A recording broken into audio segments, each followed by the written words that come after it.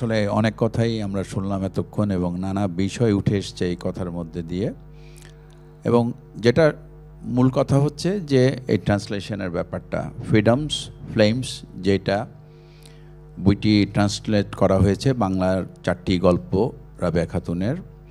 এবং এটা আমি বলবো যে এই যে প্রচেষ্টাটা এটা কিন্তু একটা খুব ভালো উদ্যোগ, এই কারণেই যে একটা কথা কিন্তু সবসময় আমি বলি যেটা সেটা হলো একেবারে হুবহু ট্রান্সলেট কিন্তু করা যায় না এবং সম্ভবও না। সুতরাং এখানে কিছু চেঞ্জ হবেই, এবং সেখানে কিন্তু বাংলার থেকে একেবারে সরাসরি ইংরেজি কিন্তু হয় না, তাহলে কিন্তু ওটা মানে পড়তেও ভালো লাগবে না কিন্তু, এবং সেখানে কিছু কিছু চেঞ্জ হবেই এবং এইটা মেনে নিতে হবে।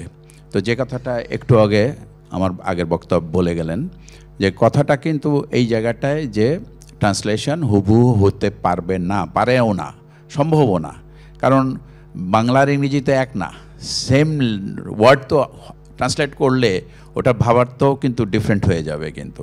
তো যাই হোক, তো আজকে যে 4টি গল্প এখানে ট্রান্সলেট করা হয়েছে, একটি হচ্ছে দ্য ওয়াইফ, আরেকটি let's there be light, blood stained tale, two Warriors.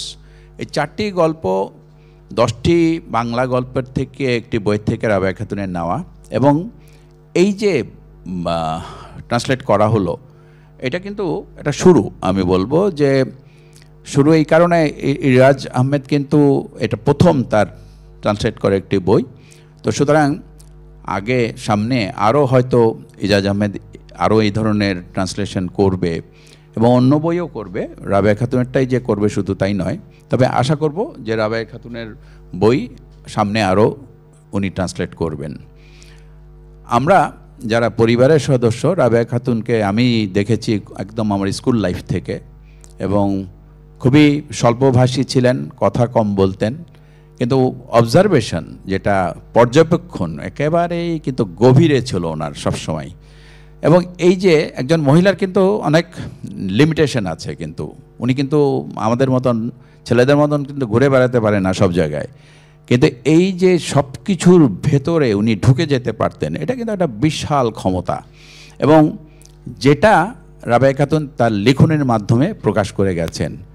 এবং আজকে যখন আমি বড় হয়েছি, আমি যখন তাকে সেইভাবে বুঝতে পারি, তখন কিন্তু এইভাবে বুঝতে পারতাম না যখন আমি ছোট ছিলাম।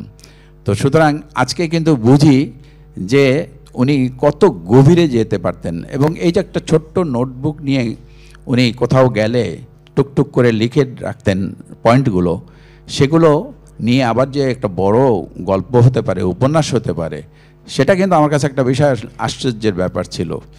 যাই হোক, সবচেয়ে বড় কথা হচ্ছে যে একজন লেখক যখন একটা জিনিস তুলে ধরেন এবং সেখানে যদি গভীরতা থাকে, সেটা কিন্তু আমাদের কিন্তু অনেক বেশি আমাদের আগ্রহ জন্মায় ওই গল্পটির প্রতি, উপন্যাসটির প্রতি, এবং আমরা কিন্তু তার কাছাকাছি যেতে পারি।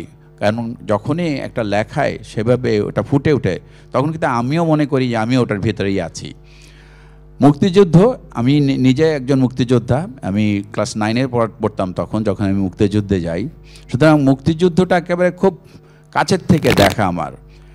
রাবেয়া খাতুন কিন্তু ওইভাবে কাছের থেকে দেখতে পারেননি, কিন্তু উনি কিন্তু সেইভাবে উপলব্ধি করতে পেরেছিলেন এবং সেইভাবে উনি কিন্তু এটার ভেতরে ঢুকতে পেরেছিলেন, যেটা আমাকে খুব অবাক করে। যে আমি নিজে গেছি মুক্তিযুদ্ধ, আমি তো লিখতে পারি না ওনার মতন, কিন্তু উনি কিন্তু ঠিকই লিখেছেন মুক্তিযুদ্ধ নিয়ে, এবং এত গভীরে তুলে ধরেছেন এক একটা জিনিস, যেটা সত্যি আমার কাছে খুব আশ্চর্য লাগে। তো যাই হোক, রাবেয়া খাতুনের জন্মদিন কালকে, এবং সেখানে নিশ্চয়ই আমরা আরও আলোচনা করব।